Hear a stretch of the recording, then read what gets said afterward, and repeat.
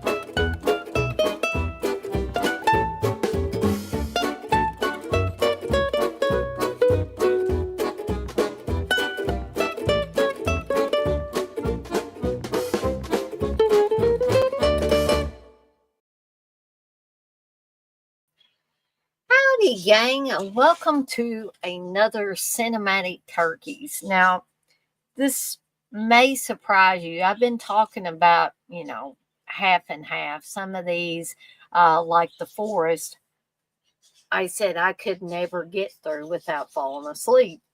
But I still own it. Others, I've said one is better than the other, etc., etc. So the reason why I say it's going to maybe surprise you tonight is that both of these films, Blood Hook and Frostbiter, that I'm going to talk about here in a little bit, are actually ones that I quite enjoy, but I do still consider them cinematic turkeys because not everybody's going to like them. They are goofy, they are off the wall, and sometimes that's not people's cup of tea. So, in that sense, they are cinematic turkeys. Um, but I'm going to get to both of these here in just a second. I just want to get some housekeeping stuff out of the way before we get started. Thank you to all the people that joined me and Chris for the Hell House LLC watch along last night. It was a lot of fun. I really enjoyed going back and rewatching that film. It's been a while since I'd seen it. And I also want to thank Menelect for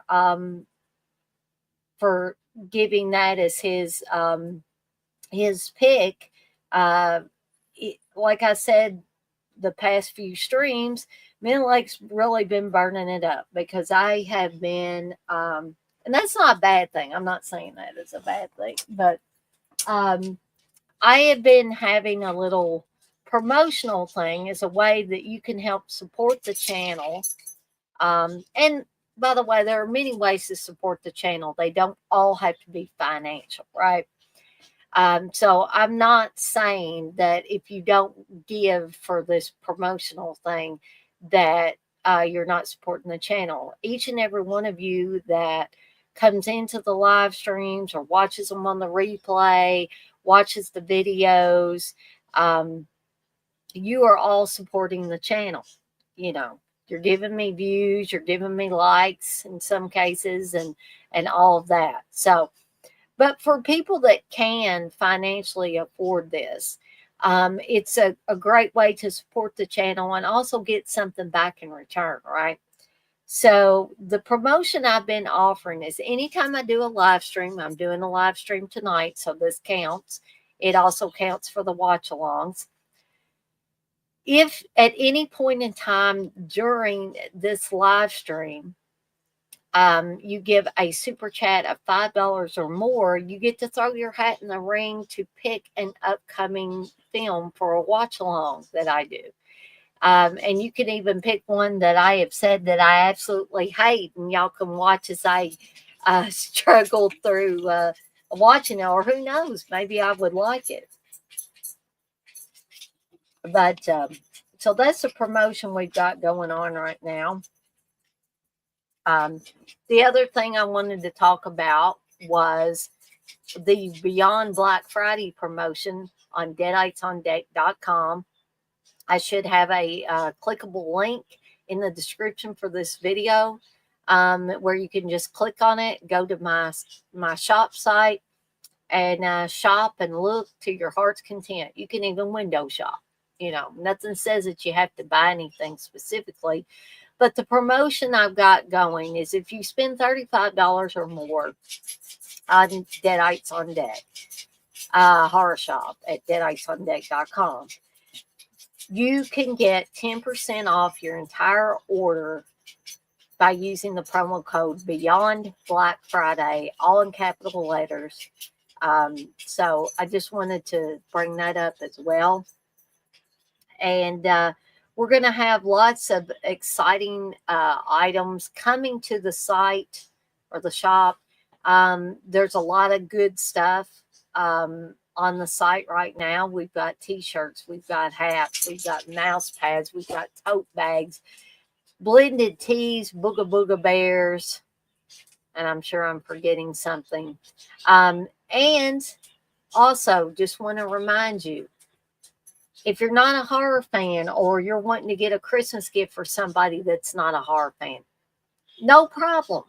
I do custom work, so I could put,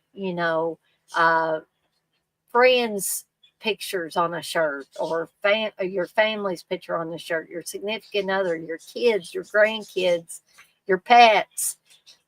So if you would like to see what I could do with some custom work, there is a form on my shop site, and all you got to do is fill it out. Tell me what it is that you're looking for, and I will work with you to see that we can get you something special.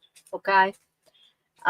So just wanted to talk about those two things a little bit. And now we're going to get into the movies. So, Zoe, what are you doing? Not sure what Zoe's doing. Hold on just a second. I'm going to make sure she doesn't need to go outside. I will be right back.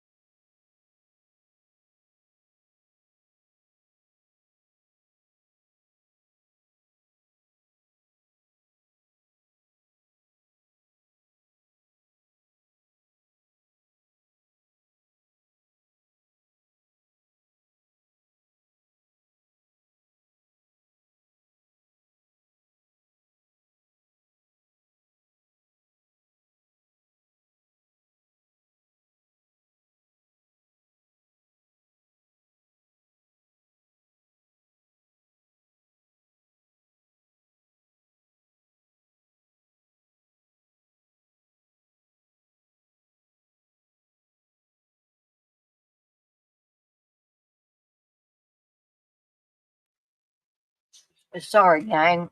I was starting to get a little bit of a headache, so I had to get a couple of these mini Kit Kats, because I don't want to have low blood sugar here on camera, and I don't think you guys want me to either.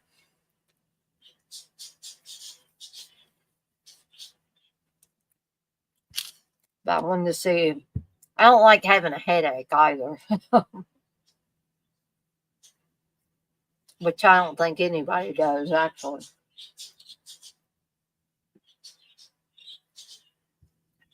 Haven't met a person yet that's like having a headache.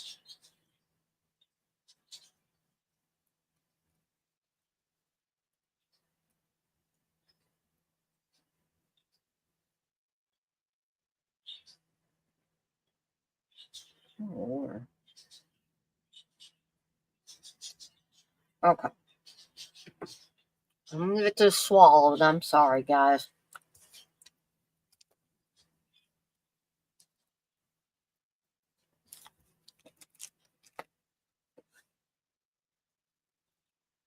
I generally don't like having to eat on here either. But so now let's get to the movies. So the first one I wanted to talk about tonight is Blood Hook with the tagline, "You can't worm your way out." So this one kind of starts off with a bang. We start off with a young boy who is watching his grandfather fish. He's evidently staying with his grandparents at their little cabin near the lake, and he is coming down on, I guess this is some kind of homemade thing. He's coming down on something that's like a little cart, and it's just sliding down. And he's watching his grandpa, and his grandpa turns around. He's waving at him, and his grandpa's got a record playing. I believe it might be a 45 that's playing. And as the woman's voice reaches a crescendo, um, the boy is horrified to see that something jerks his grandfather into the water, and he doesn't see his grandfather anymore. So fast forward years and years later, and the boy is probably college age, I'd say, and he has inherited his grandparents' house, their summer house. So, uh, people occasionally talk about his grandfather and how he, it was really mysterious how he disappeared. Uh, so when Peter, sorry, folks, Peter is the boy grown up. And so now him and his friends are going back to his grandparents' summer house, cottage, whatever you want to call it, in Wisconsin, uh, and to partake in the annual, and I'm not kidding, I can't even make this up, the annual Muskie Madness fishing competition. And so this is kind of a motley crew of friends that he has. His girlfriend is relatively normal, but he has like I guess one friend that's kind of into punk rock, and um, they stop at this fishing lure place, and his friend that's the punk guy is talking to the owner of this place, and this guy's kind of a crotchety old man, and but the guy tries to make conversation with him, and he asks if he can have this fishing lure, and he actually puts it on as like an earring. Um, and then he has another friend, a guy friend that um, acts strange from time to time, and they kind of hint that he might have some mental illness in his family, history of mental illness. And then there's another girl that I think she's dating the punk guy. So not only are there some kind of oddball characters in Peter's group of friends, but once they get to the little Wisconsin town where his grandparents' summer cottage is, they meet up with people that are tourists and even townspeople that are very oddball, including one guy who you think has an arsenal of guns, and it turns out that they're wooden. You know, he makes them look real and he runs out and threatens to shoot people with them. But they later find out that they're a bunch of wooden guns. So various people get sucked under the water, and we later find out that they are on a fish stringer, and it's the weirdest thing where they're just floating in the water, and that stringer is, people that fish, you know what a stringer is. You put it through the fish's mouth as you catch the fish. Well, instead of going through fish mouths, this is going through people's mouths. And I mean, it's obviously, fake and stuff like that, but it's all in good fun. And we find out that the killer, and I don't want to give away the killer, but we find out that the killer has, I don't know if it's like a metal plate in his head or whatever, but when he hears like cicadas or real high pitched noises, like this music that Peter's grandfather was playing 17 years ago, and it drives the killer crazy, and that's when he kills people. So this is a fish hook wielding madman. He has a gigantic hook and a gigantic lure and all that. So this is also the feature film debut from director Jim Mallon, who did Mystery Science Theater 3000, the movie. It is a comedic slasher film, I guess you would call it. And you get plenty of blood. You get what they describe as wry satire. So you can't really take it seriously. I don't think it's meant to be taken seriously. But for some odd reason, this movie, I remembered seeing posters and stuff for it, and probably the VHS cover art that looked like this. But for whatever reason, I never rented it back in my video rental days. And so I did not watch this movie for the first time until a few years ago. And Steve had downloaded it, I believe. And then I instantly became a fan of it and watch it from time to time now. This is a Lloyd Kaufman and Michael Hertz presentation. It is a Trauma Team release, if that tells you anything right there. This copy that I have, it has a few special features on it. You get it newly scanned and restored in 2K from a 16 millimeter original camera negative. You get hook, line, and sinker, an interview with director Jim Mallon. First Blood Hook, an interview with actress Lisa Todd. What's in the Tackle Box, an interview with FX artist Jim Southers, an interview with cinematographer and editor Marsha Kahn. A Steel Gallery original theatrical trailer, a reversible cover, which I can show you what this other cover looks like. There. But I think I like the original cover best. And so, yeah, I mean, should you go out and spend your hard-earned money right off on this? No, I definitely do not do that. But if you can find this for free somewhere, or you can borrow it from a friend or family member, or you can get it other ways, which I'm not going to describe, but I think most of you know what I'm talking about, then I would say give Blood Hook a chance. Not a bad little movie. It's interesting, to say the least. It's not boring. It's never boring, which is an important thing to remember about these ones that I'm calling cinematic turkeys, is that it's one thing if they're boring and bad. But Blood Hook, I think, fits into that category of so bad it's good. in my opinion. So that is Bloodhook.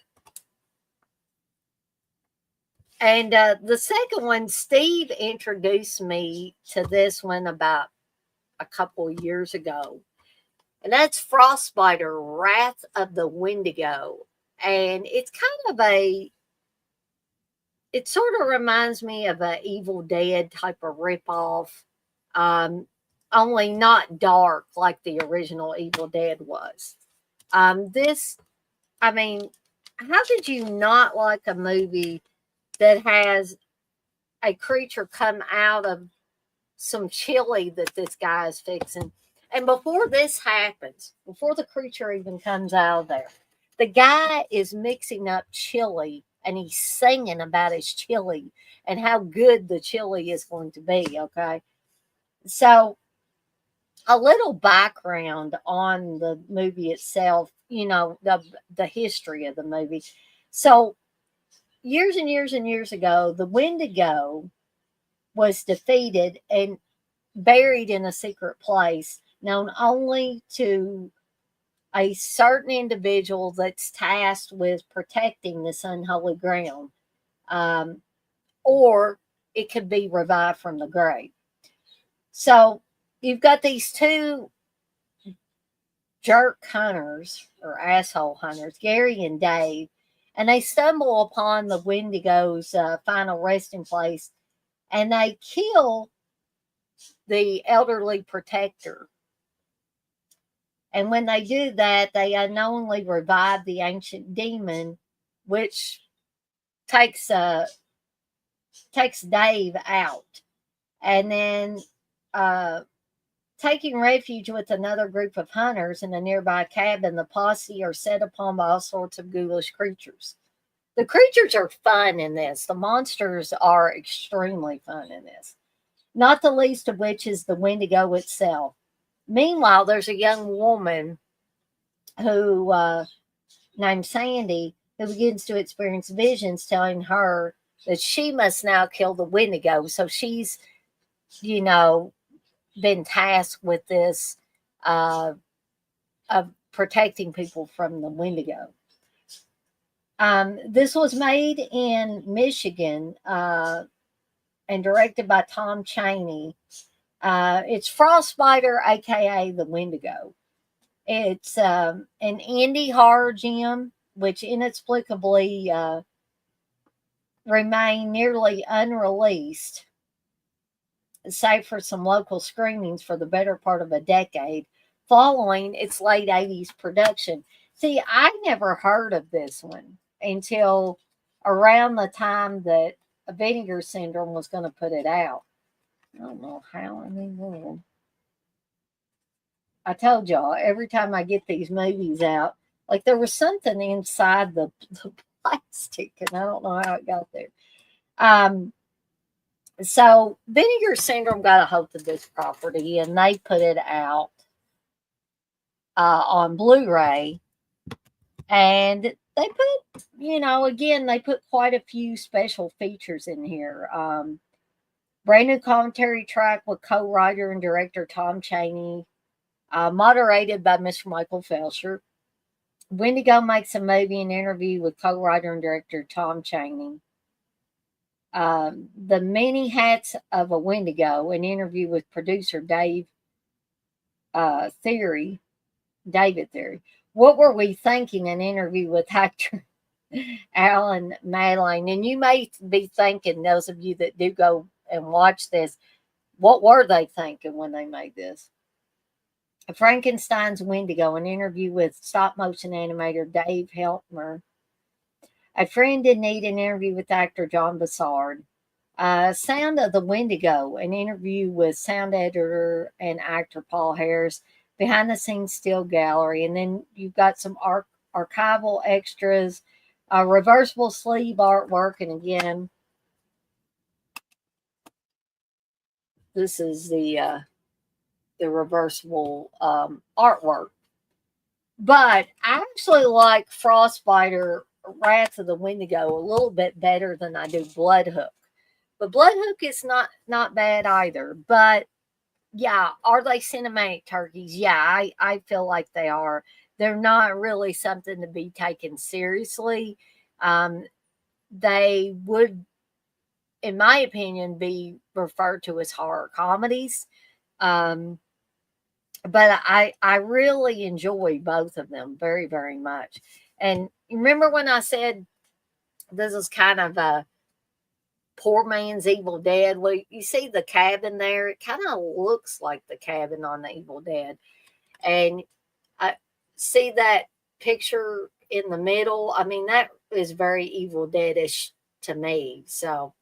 Um, so if you like Evil Dead, you might really get something out of Frostbiter as well. So yes, I would highly recommend Frostbiter for a watch. Again, please don't go out and spend your hard-earned money until you determine that this is something that you would like to, watch more than just one time. Okay. Um, so I would try to find a for free version or borrow it from somebody that has it that's willing to let you borrow it, or other ways that you can obtain this film.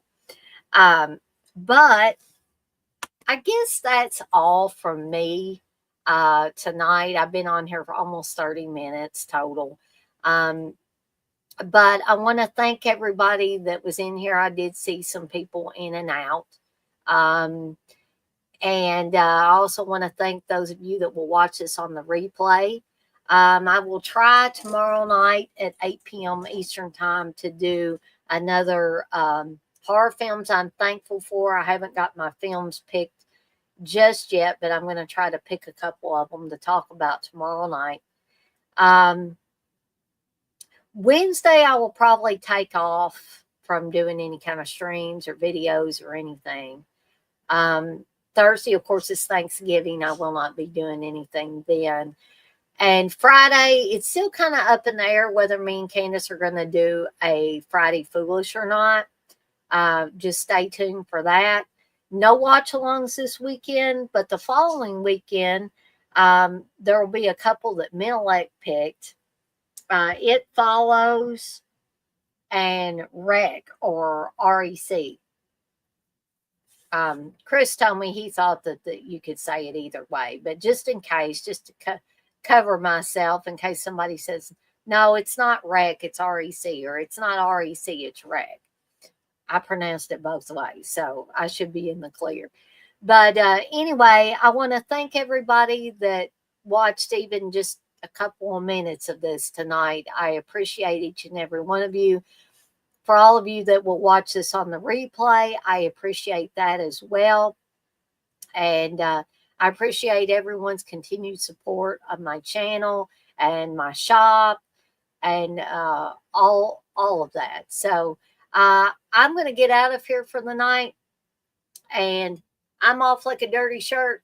This shirt ain't dirty, but I'm off like one. And I want to remind everybody, as I always do before I get off of here for the night, to be kind to one another and blaze that trail. And you can pick up that shirt with a very nice design and that phrase, as well as many other cool shirts, or you can get some custom work done. Just fill out the form on the site at deadicesondeck.com and tell me what you want. And I'm out of here for tonight, folks, but I'll see everybody next time.